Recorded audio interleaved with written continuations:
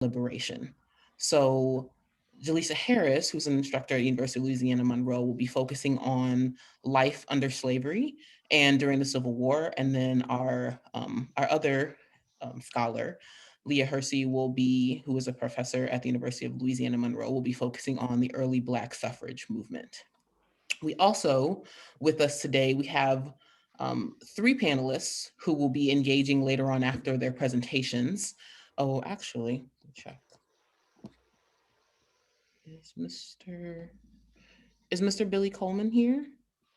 Yes. Okay, he is here. Okay, great. Okay, so we do have all three panelists, Mr. Billy Coleman, Miss Cleo Scott Brown Rowland, and Miss Olivia Condry will be they'll be engaging with our scholars, and I'm going to introduce them, and I'm going to read their bios, and then we will get into our scholars presentations. We'll do both scholar presentations, and then the panelists can ask questions, can engage, and we'll just kind of spend the rest of the time, holding conversation about this information that we've received. So I'll start with Mr. Billy Coleman, who is a reporter and columnist of the Providence Journal newspaper in Lake Providence, Louisiana. He has been at this position since 2004.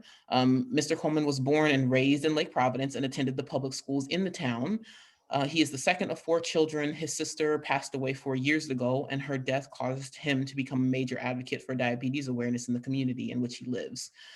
He tells a story about after earning $10 once as an 8-year-old, he went to a neighborhood drugstore and purchased a Time magazine. And then after reading that magazine about kind of national and international affairs, he developed a lifelong fascination and wanting to know kind of what's going on in the world, what's going on around the world. He attended Louisiana Tech University and majored in finance and commercial banking after graduating from high school. After college, Mr. Coleman served as a business manager for the local prison detention center before being offered a position at the Banner Democrat newspaper. He is currently the chairman of the Board of Commissioners for the Lake Providence Housing Authority, a past chairman of the Board of Directors for the East Carroll Parish Council on Aging, and a member of the 911 Communication District Board of Directors. He says that history has always been a favorite of his, and he has been reading a lot about the history of his community over the last couple of years. He's currently writing a book, and he hopes to have it published later this year. Um, Ms. Cleo Scott Brown Rowland, who is our next panelist, is a national speaker and writer who focuses on issues of race, voting, class, and bias. Her company, History Matters Institute, specializes in engaging people in meaningful, insightful discussions that lead to introspection, which is necessary for change. She is the author of Witness to Truth, which was published by the University of South Carolina Press, which is a Ouachita Parish River Reads book selection, and also Raceology 101, which is a first place winner in the 2018 National Federation of Press Women's Nonfiction Book Competition. She is a graduate of Grambling State University and resides in Goose Creek, South Carolina. And last but not least of our panelists, Ms. Olivia Condry is a lifelong resident of East Carroll Parish. She graduated from Louisiana Tech in 1973 with a Bachelor's of Arts in Education, being certified in Social Studies and Science. She is married to Tommy Condry, and they are proud parents of 3 grown children and 7 grandchildren. Beginning in 1986, she taught for 12 years at Briarfield Academy and then 18 years in the East Carroll Parish public school system. She was part of the technology team and a teacher leader. She is a member of the First United Methodist Church, where she teaches Sunday school and is the choir director. She's on the board of the East Carroll Scholarship Foundation and the Friends of the East Carroll Parish Library, and a director of our community choir. So that's kind of an introduction to our panelists. And if our scholars have any more introductions that they want to do about themselves, I absolutely, please go ahead. And we will start with Ms. Jaleesa Harris, who will be our first scholarly presenter. Good evening, everyone. Thank you guys for having me. My name is Jaleesa Harris. Like Emily said, I am an English instructor at the University of Louisiana Monroe, where I teach composition and African American literature. I'm also a second year PhD candidate at the University of Louisiana Lafayette. And I'm getting my PhD in concentration in Africana studies as well. So I wanted to start this conversation about survival with kind of understanding like the larger context of slavery.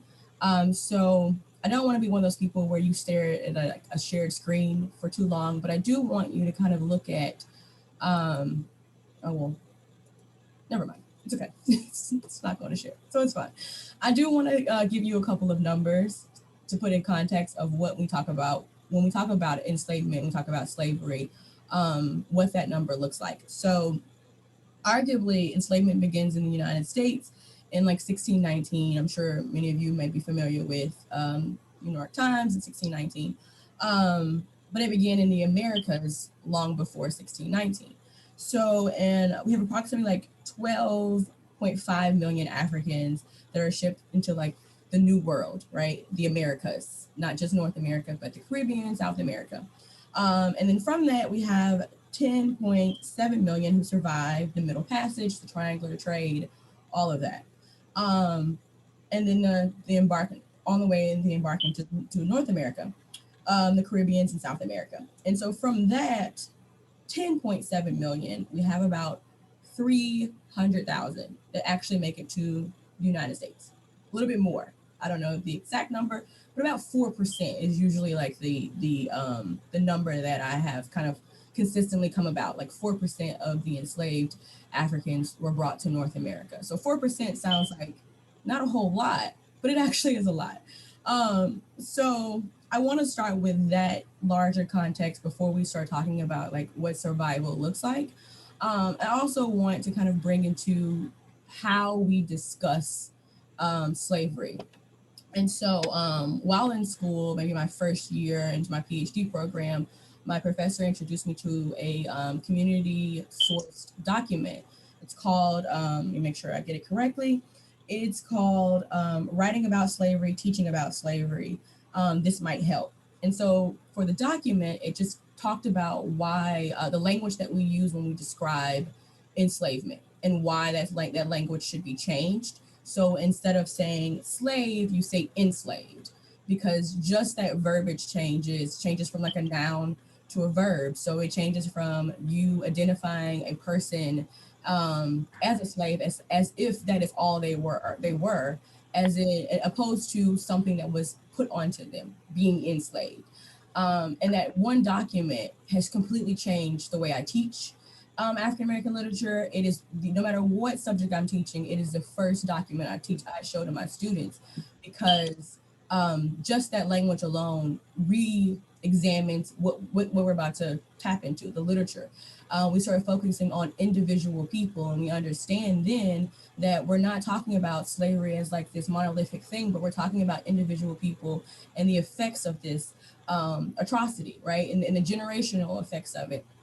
Um, so the document that I am referring to, it gives you a few examples of, the language that you should use. So it says like enslaved, meaning like African people, mothers, workers, children, using the term enslaved as an adjective rather than slave as a noun. Disengages the conditions of being enslaved with the status of being a slave. People weren't slaves, they were enslaved. And just like, again, that simple statement kind of repurposes what you're going to do with the literature. So it's like you can't talk about survival until we acknowledge that even the language that surrounds the topic of survival kind of erases individual people. And instead of saying like captive, or saying captive as a way to talk about like the slave trade. Also, instead of using terms like master, you say enslaver, because that is what they did. They enslaved. So that's just a few examples of kind of why I am consciously trying to make sure that when I am talking about enslavement as a whole, that I start with the language that we use to talk about it, even with my students and even with myself, and writing, articles and things like that. I'm still very much so trying to get into the practice of making sure that I am aware of the intention behind my language. And the reason why is because language obviously matters. But why does language matters? Because there's an erasure that happens when you lump people together and you don't think about the individual person. So most recently, I am teaching a Black Southern literature class here at ULM, and I asked my students, I told the students about the term antebellum. And at the time, we were kind of talking about, like, is it a problematic term when we talk about enslavement? Like, is it a term that, you've heard before? And most of them were aware of the term in terms of like plantation homes, like for weddings, like antebellum home and things like that. And some of them were like, well, I mean, I don't think it does. I was like, what do you think about when you hear the word antebellum? And they're thinking like, oh, like a big house and like big fields. And I'm like, yeah, sure. That's exactly what you're supposed to think. You don't think about enslavement. So the language that we use when we talk about it is important, because if you're only thinking about this big house, then you don't think about the history that's attached to this big house. So when someone does decide they want to get married on a plantation home and they call it an antebellum home, just be conscious of what is being attached to that, the history that is attached to this term. Um, this past summer, with everything that happened with the death of George Floyd, I'm pretty sure all of you guys saw how so many people were now suddenly aware that Black Lives Matter. And there were, lots of companies, lots of different groups who were trying to change names, trying to erase things that have been around for years. And one in particular was a group, I think they're a country group called Lady Antebellum. They changed their name to Lady A.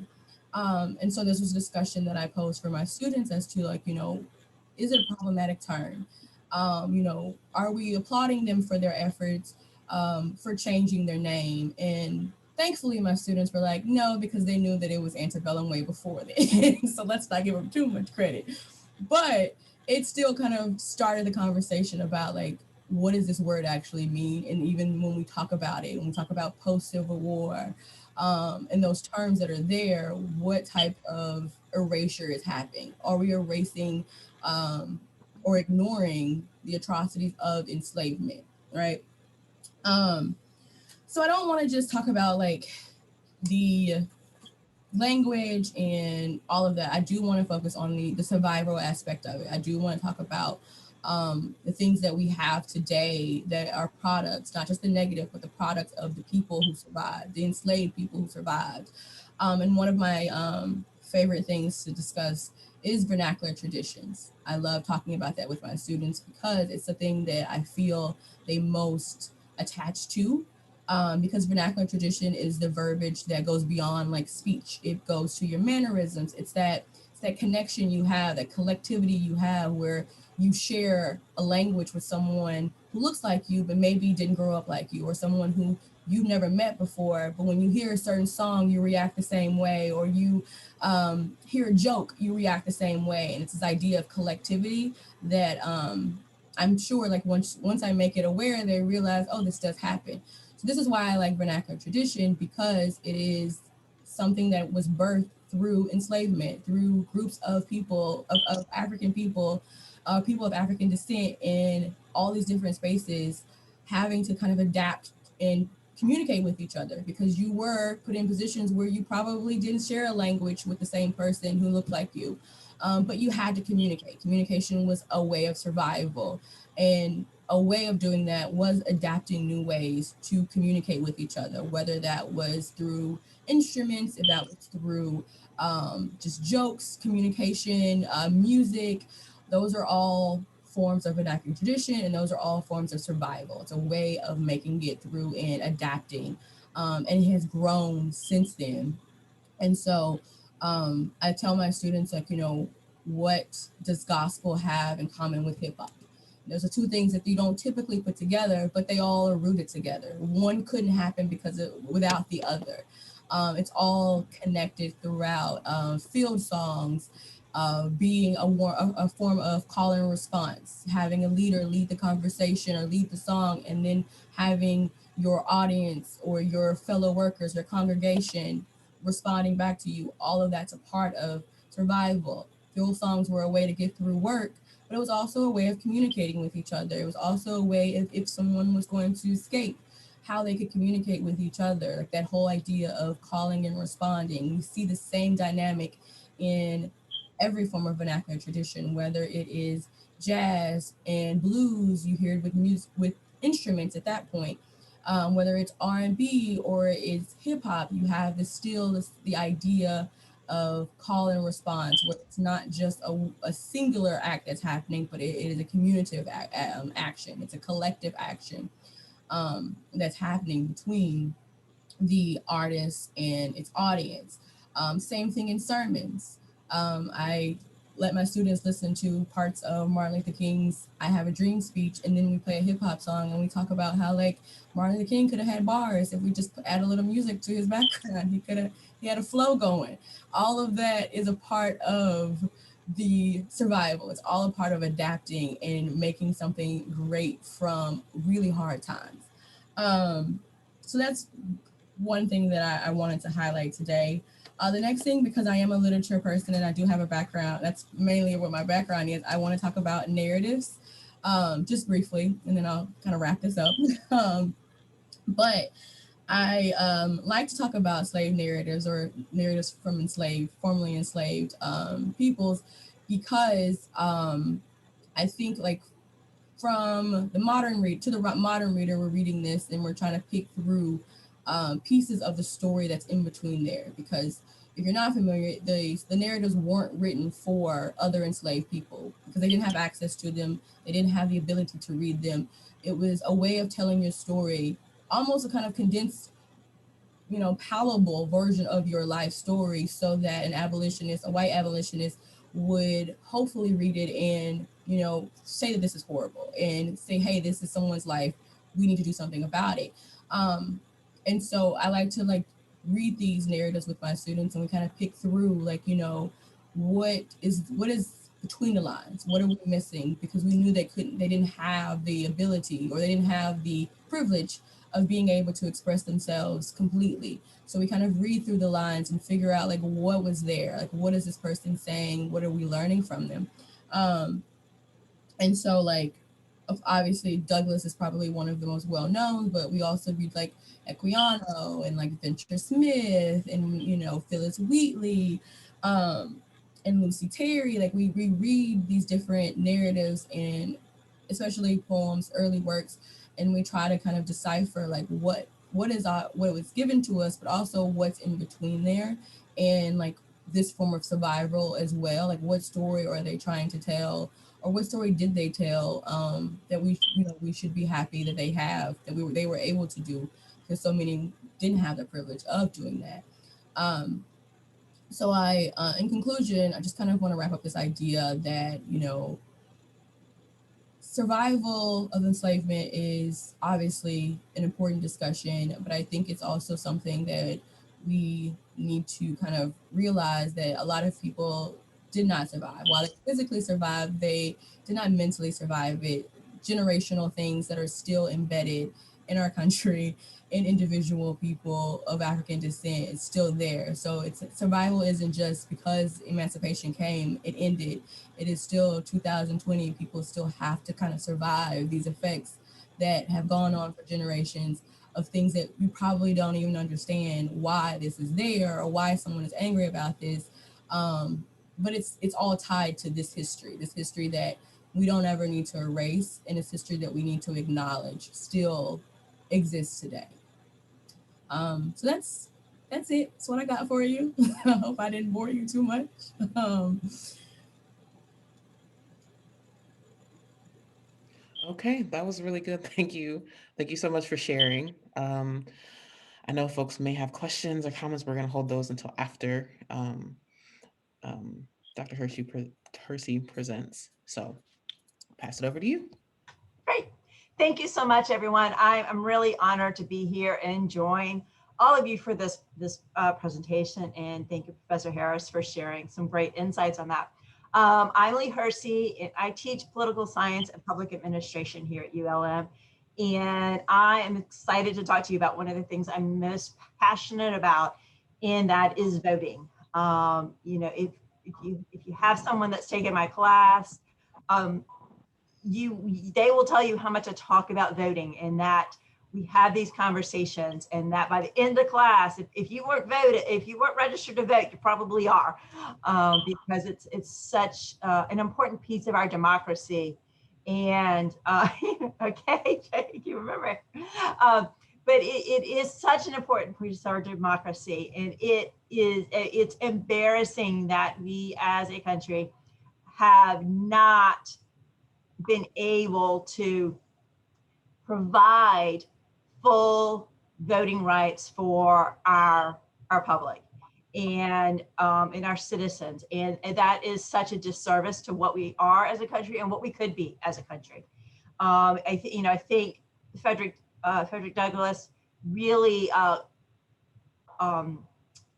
verbalized this when he said that slavery is not abolished until the Black man has the ballot. And he said that back in 1865, right after Appomattox. And it took so long, too long, to get those full emancipation rights in place. And it's really an embarrassment for our country that was supposed to be based on democracy, but it was not really practiced that way.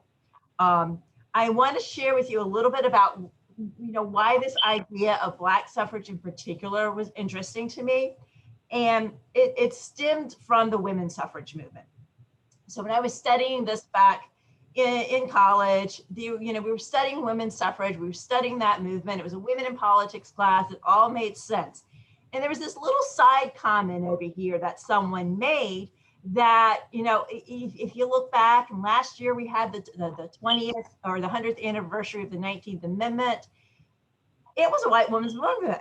And there was this little conversation back when I was in college, like lasted 2 minutes, that because the African-American male did not have full voting rights, and we'll talk about why not in a few minutes, it was really hard for African-American women to push for women to get voting rights when their own men didn't have voting rights. And there was this big tension for the African-American women, like, do I vote for my, do I go for my sex or do I go for my race? And that conflict right there is what really drew me to looking more into Black suffrage, the Black suffrage movement. I'll admit it does tend to come a little bit more from the Black feminist side and what they were writing back then maybe than some of the men. I tried to put some of that in there too, but that's what sparked my interest was that Black woman. And she's like, man, she's just really in this tight spot, and let me learn more about her. So that's where I come from tonight. And we're gonna mostly talk about that time period between when the 15th Amendment was ratified in 1870 and when the 19th Amendment was ratified in 1920. So, and kind of what was going on in that time period and how that fighting, and it was a fight in many ways, but how that struggle was. Because, the women's suffrage movement goes kind of back to 1848. And there was a big women's movement, and there's a couple of different branches of the women's suffragette movement. But in 1848, there was a big meeting, big conference, and they had a declaration of sentiments. In that declaration of sentiments, they stated that all men and women are created equal. And that really kind of jump-started that women's movement, that women's suffragette movement from that point on. And so it was kind of rolling around there. This was also during our abolitionist movement, and also that was very much driven by women. So we often forget how powerful women were, even though they didn't have the right to vote. They were really powerful in some of these movements that really impacted our country. So just to kind of put that time period in there when these events were happening. So the women's suffrage movement had been going on a while before the 15th Amendment was ratified, that constitutionally gave African-American men the right to vote. Problem was, particularly here in the South, we weren't so fond of that. And so a lot of laws started coming in that, while they didn't deny anybody the right to vote based on race, because that's what it said. That's specifically what the 15th Amendment said, is you could deny anyone the right to vote based on their race.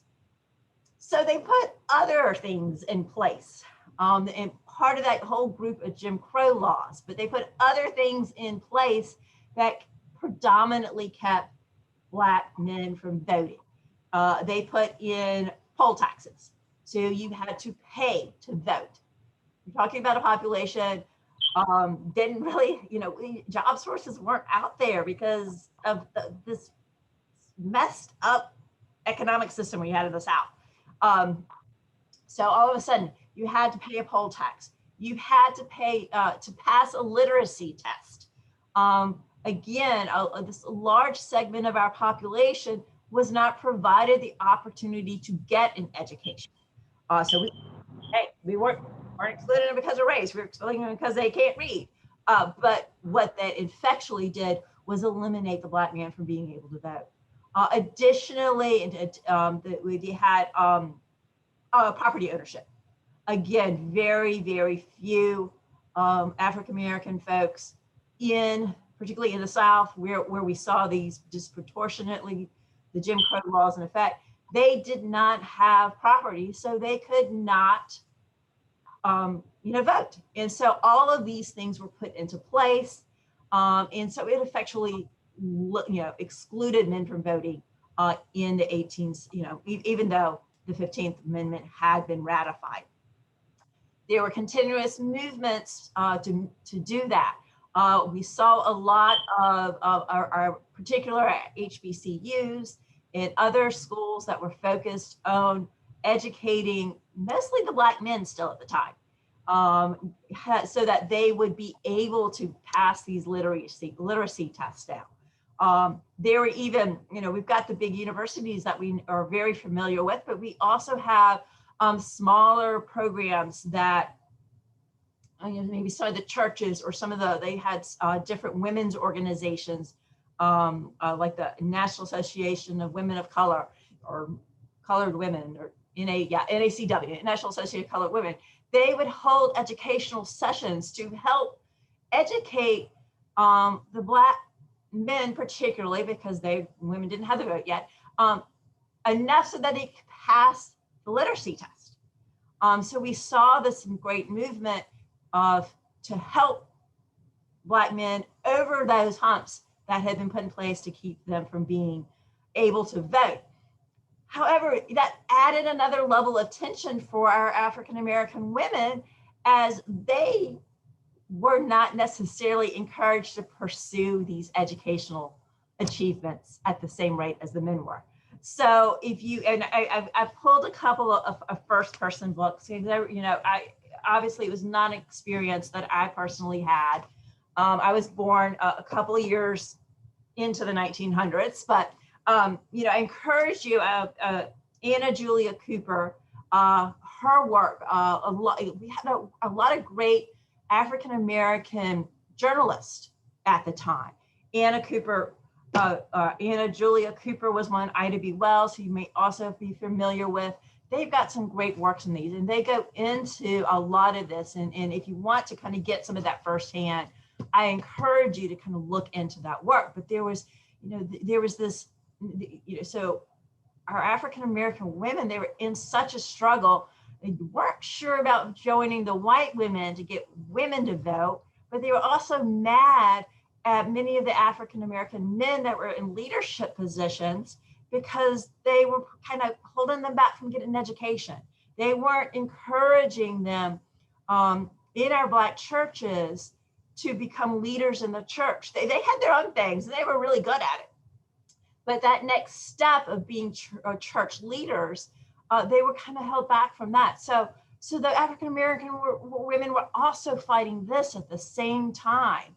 And that there's the educational piece. The church piece is so important, because the churches were where our African Americans were able to feel comfortable speaking about these political issues in quasi-public anyway, outside of their homes with other people that were like them. And so our churches were so important in the growth of the political movement from the beginning. And then, of course, we see it later in the movements with Martin Luther King and his preachings, and many other of our great African-American leaders do have that church background. And if you see any of the Black churches on LPB in that little mini series they're doing, which was, I think, just started, but you can catch it later, they talk a little bit about that relationship and how important Black churches were to that movement. And it really was, particularly in that beginning, because that was the place that they could congregate and talk. But again, Black women were still kind of put behind on that because they couldn't get that leadership role. So that's kind of another kind of tension that comes into play as we're trying to move forward for voting rights. And so to kind of also think about some of these things, so the 15th Amendment was in 1870. Few years before that, in 1867, is when the Reconstruction Act was passed. And this was this battle of congressional reconstruction, presidential, radical. But one of the great things that came out of it was we began to see African Americans in elected positions. We had in somewhere right after Reconstruction, kind of between 67 and 70, we had 22 Black men serving in U.S. Congress.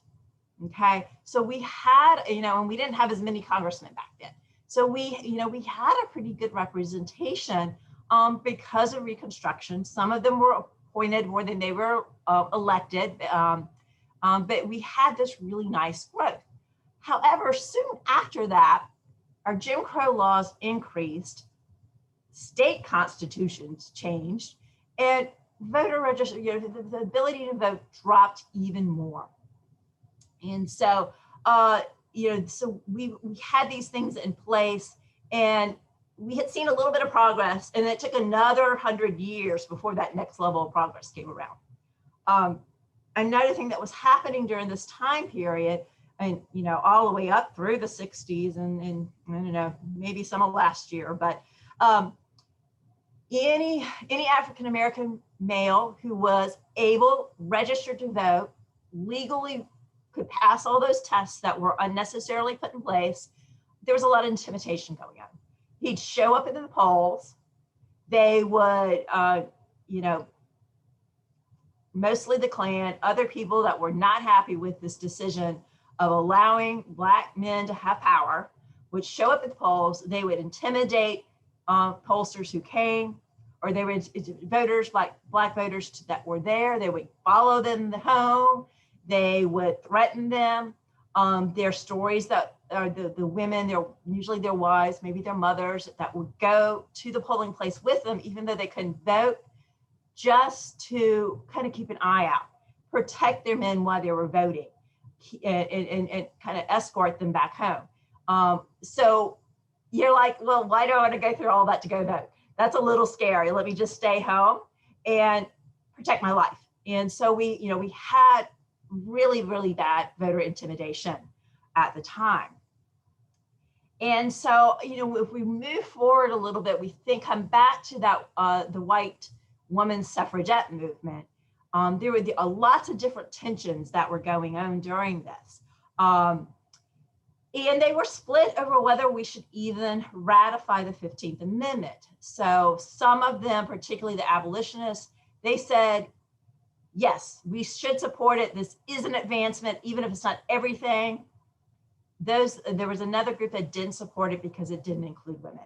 They wanted all or nothing to move forward. So that was another kind of conflict there. I'm going to kind of wrap up with looking specifically at what was going on during this time period in Louisiana, and then we'll turn it over to the next stage. Here in Louisiana, it's really interesting. Before the Civil War, when we were still part of the U.S., we actually in New Orleans, was one of the biggest ports on the Mississippi River at the time, and it had the largest free African-American population. So we had a lot of Black men who were able to vote. All the Reconstruction and Civil War and the succession, and a lot of them were stripped of that. And so they went from being able to vote, having economic emancipation also, and to being pulled back that way. In 1897, the African-American vote was about 44% of the voting population.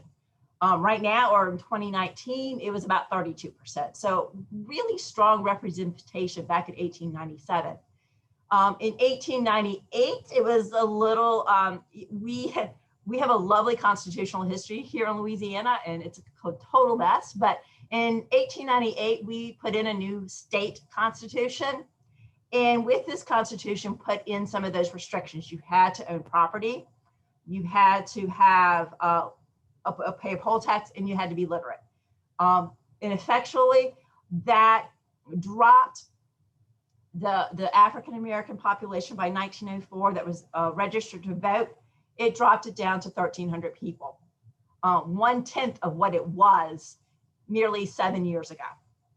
And then, of course, because, people don't like to give up power, they found out that it also dropped a lot of the white male population that could vote. So they put in a grandfather clause that if you were registered to vote before 1867, even if you didn't have property, you weren't literate, and you couldn't pay the poll tax, you could still vote.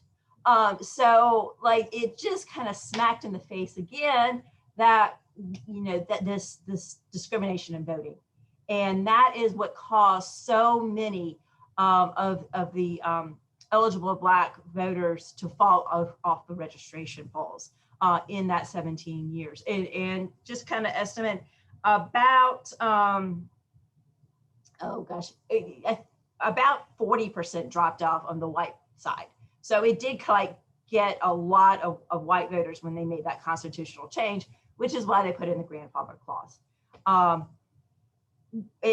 last thing that was kind of interesting, and then I promise I will wrap up.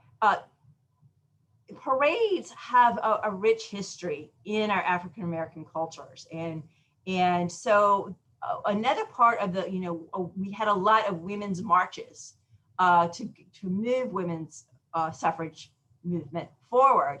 And this was a very appealing aspect for many of the early African-American feminists, that to be engaged in this participation of marching with others to show our solidarity. And so that was one part that they were more interested in participating in. And there was a big march in 1913 in Washington, D.C. The white women suffragettes recruited a lot of women from Howard University to participate in that march. They had them all sectioned off, and they put them in the college section with other college women.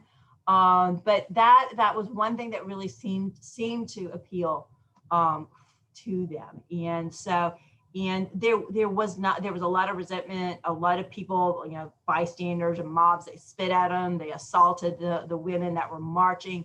And kind of interestingly, it was the African-American police that stepped in specifically to protect the women on this march as they were moving forward to get women suffragettes. So those are some highlights. I'll share two more quick books with you. This book just came out called Vanguard: How Black Women Broke Barriers, Won the Vote, and Insisted on Equity for All. And I think that insisted on equality for all is really an important concept. It really is our Black women that absolutely insisted on equality for all. They wanted women to vote, they wanted Black men to vote, and everybody else. And no one else really encompassed all of those categories in our early movements. And if you're interested in more about specifically Louisiana politics, there's a book from LSU faculty called Inside the Carnival: Unmasking Louisiana Politics. And it really gets down into why we are who we are. It gets down into jungle primaries and why we have them. And it gives a lot of interesting history that way. So I saw someone wanted me to put the name of the book of the chat in, and I will do that. And thank you. I think I went a little long. I'm sorry.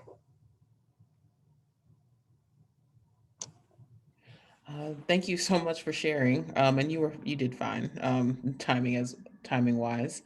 So I will extend um, to our panelists who are here today. Do you all have any questions for our presenters? Anything that you want to say? Any conversation that you notice in their presentation?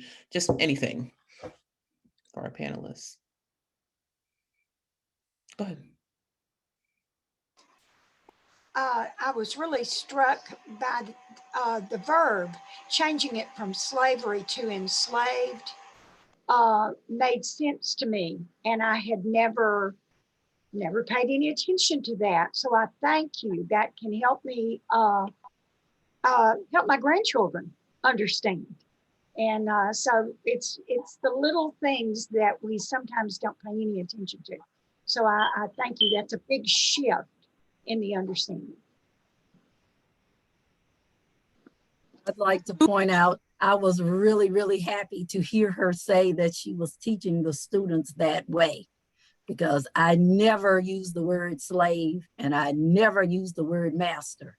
I always say enslaver or enslaved, because those words were specifically chosen to dehumanize humans.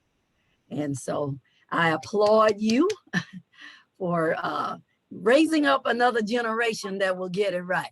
And I too can agree with what the others have said. As a high school English teacher, that definitely is knowledge added to me that I can use for my students who are still using the antiquated terminology.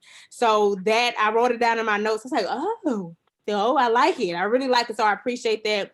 And for Miss Hersey, I like the statistics that you gave about the voting population, of how it was 44% in 1897, and I think you said current day it dropped down to 33%. And so for me, I think, again, as an educator of young many adults, that's what I call them, it encourages me to tell them that, hey, you need to go out and vote because of all of the stipulations and things that you have. So for me, I'm thoroughly impressed with all of this. It adds knowledge to me. So thank you guys.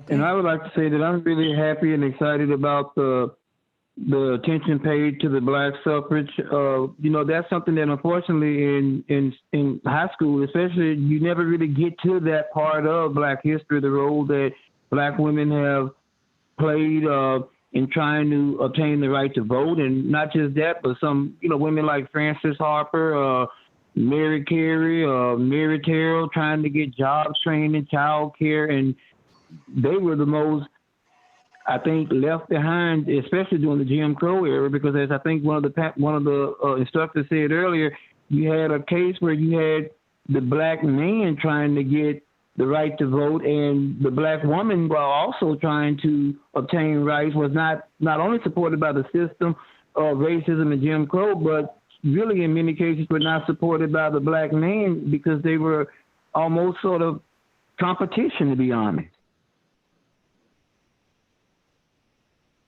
Yeah, when you were speaking about the voting, I just looked up right quick the record for East Carroll, since this is Lake Providence. And at that time, like around the 1880s, Carroll, it wasn't East Carroll at that time. Carroll had a Black sheriff, a Black representative to the state legislature, a Black clerk of court. All justices of the peace except one were Black, and all constables were Black. And all that was up until the time that they came and held up city council at gunpoint and made all the Black people sign this statement saying that they were incompetent to do their duties, and they sent it to the governor. And from that point to 1962, when my daddy had the federal government to file suit against East Carroll, no Black people were allowed to vote in almost 80 years. So it's the voting history is really interesting, especially when you take it down to to your town level, when you have a predominantly Black town, a Black parish, and how they control all those parishes on the Mississippi Delta parishes and kept them from voting when other parishes Black people could vote. And on the voting issue, I think it's critical for people to understand that just because laws were passed and on the books it stated you could vote, in practicality, as you were just saying, there was almost an 80-year period when the law said you could vote, but you really couldn't vote because there were so many other oppressive mechanisms put in place and threats put against people to the point where they had a legal right to do something that they could not actually do, regardless of the fact that they were told on the books you can do so. And I think that's a part of history that a lot of times is ignored when people say, well, this law was passed and you've had the right to do this and that for 50, 60 years, when in actuality you haven't.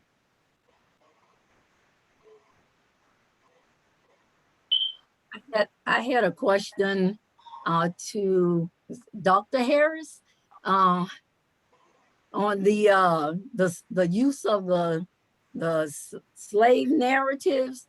Are you using with your students the ones written during slavery time, or are you using the ones from the WPA project? I try to provide a variety. I even include like neo-narrative slave narratives. So we'll put like the actual narrative of like written from an enslaved person, and then we'll read some, like for instance, the Diary of Miss Jane Pittman, because we are in Louisiana, and you try to use as many local art authors as I can with Ernest Gaines.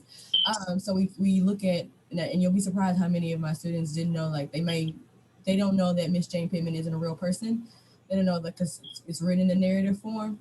So I don't really try to limit myself to just one particular type of narrative, just because I'd like to like use it as comparison, as a way to do like what I was saying before about reading in between the lines. And sometimes the neo-native slave narrative allows us to kind of read between the lines and look at like the actual slave narrative and see the difference of like what could have been there had they been given the space to do so.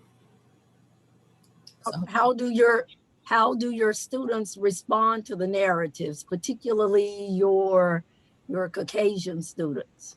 In the past, I have, I'll say this, my number of Caucasian students who are like enrolling in African American literature class has increased. At one point, didn't have any, and then like a few semesters I had like one or two. I think this semester I may have like 3 or 4. I think I have 4, which is like I said, that's it's increasing. But I'm noticing that the sheer number of them who just were not aware. They knew about enslavement, but they just were not aware of, I don't think to the extent that the narratives kind of portray them to be. I think it's kind of one of those things that maybe they knew existed, they knew it was bad, but they didn't know specifics. And so reading the narratives and talking about it in class, I think they're starting to kind of get that connection as to like, this is why people still talk about it, because it's still relative. It's still very, lost my train of thought, but it's still very much like relevant to today, and it's relevant, and this is why people carry this. It's not just a discussion about something that happened a long time ago. So I have been noticing that some of them, like just their facial expressions, when I'll say something in class, or they'll have to read a passage, and I'll ask them like, ask the class like, what's their take from it? It's usually like this very like solemn look of like, I had no idea, or I wasn't quite aware of, to the extent of, of what happened. So it's mixed. No one's ever just been thankfully, completely like oblivious to it, where they're like, it's no big deal. Nobody's done that. So I appreciate that much, at least.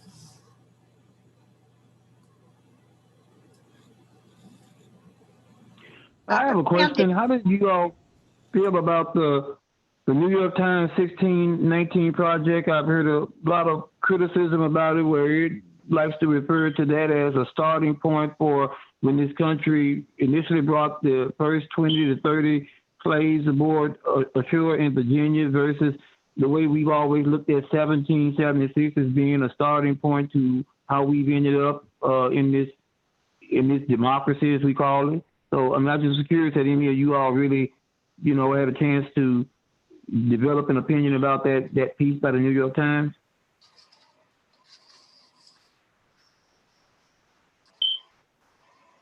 I'll go since I mentioned it in my presentation. When I listened to the podcast, so I didn't read it originally. I read it after I listened to the podcast. It was a very emotional experience for me. It was super emotional. I needed time to kind of process everything. And I'm not a historian, so I'm sure like from a historian point of view, they probably like are trained to like look in like, oh, is that historically accurate? Like, did this actually happen? For me, it was more so the importance of the information and how it started me on wanting to find out more about the people they mentioned, sharecropping, like even in like farming, because Louisiana and like that being a rural area. I think the last one I listened to was about like how present day Black farmers were experiencing the same issues they did with sharecropping before, where they're not getting the loans, and so I didn't necessarily listen to it for like historical accuracy. It didn't matter to me if this was the exact date and the exact number of people, because it did represent actual people, like even if that wasn't that person's name or if that wasn't the exact date, this did happen and it still happens. So it was more sort of like an emotional experience for me. So the criticism, I'm sure it's valid for, but I didn't really pay attention to it a lot. And I still use the podcast in my classrooms. I still assign them because I think they're relevant. I definitely think that my students should be exposed to them. Yeah, I am familiar with it. I've not listened to the podcast or read it. I'll be honest with you on that.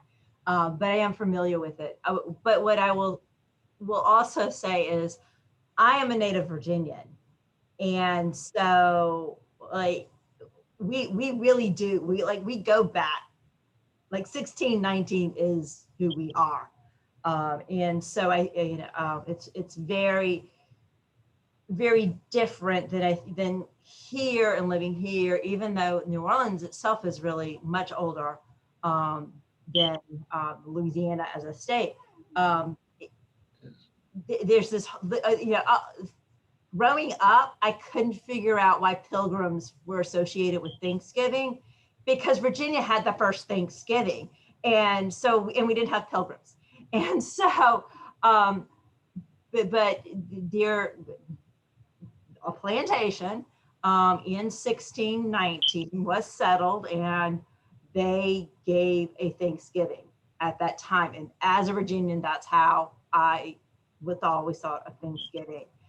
So that idea of the 1619 project and really going back further, big picture for me as a Virginia, we always went back further. We always went from 1619 on. Unfortunately, that history was very biased in the time. It was very much whitewashed, literally and figuratively. And even in the 80s, I was using a Virginia history textbook that was written in the 50s. And so that was the perspective that was brought, 30 years later, we were still using that particular perspective, which did not uncover all of the injustices by any means. And I really struggled with that piece of it, and still struggle with what I didn't know, because I thought the 15th Amendment passed, a light switch went on, and then everything was okay, right? But, it's just that the law was passed, things were okay. Never really talked about the struggles that happened after the light switch was flipped, and that it really wasn't a light switch. It didn't all of a sudden change things, and it was much older. It's after Jaleesa, who you're teaching, before I really realized that the struggles continued beyond that. Okay, so there is a question from a community member, and the question is to, I guess, to maybe the panelists and the scholars is, so the question says, my question is that is there a difference between slavery back then to the whole Black Lives Matter movement, or like the whole Black Lives movement? Um, and so what is it? And so maybe drawing contrasts or comparisons between maybe what, um, maybe between experiences, or between what folks were fighting for then and what folks are fighting for now.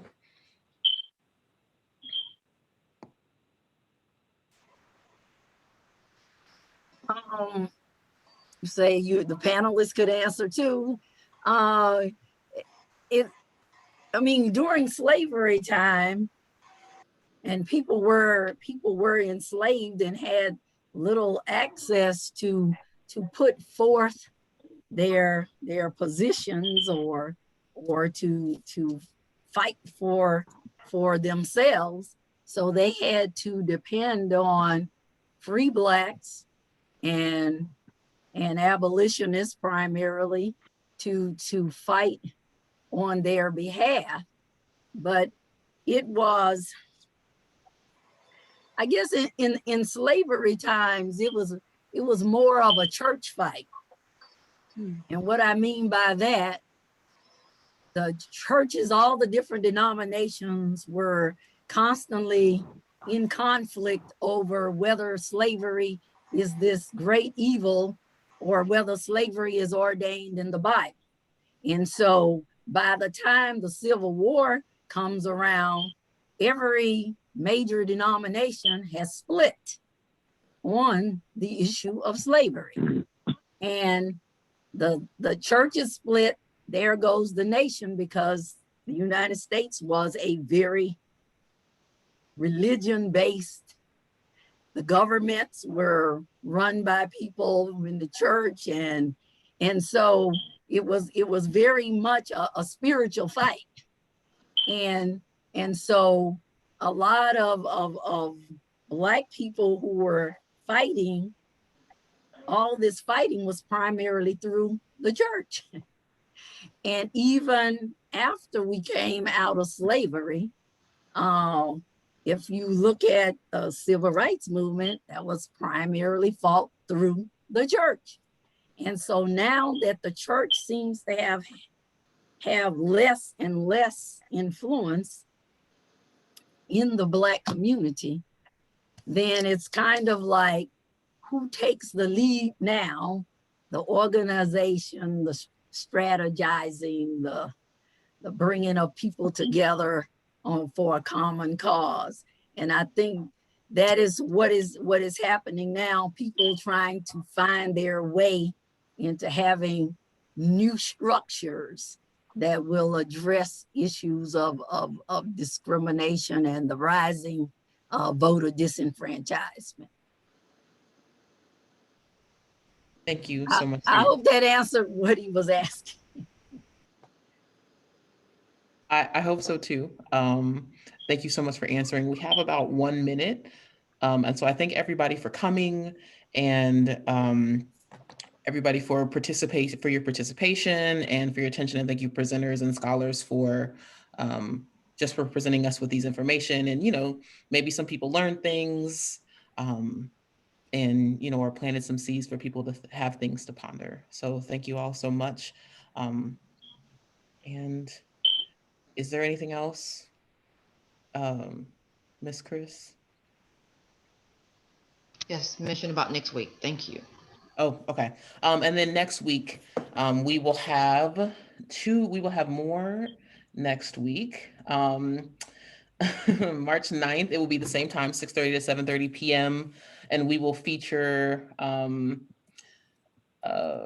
Professor Jaleesa Harris again, and Brian McGowan from Grambling State University. And they will be talking about the fight, focusing on the fight for equity, and then also focusing on aspects of the Harlem Renaissance. So that will be our panel. That will be our scholars for next week, or our scholarly presentations for next week.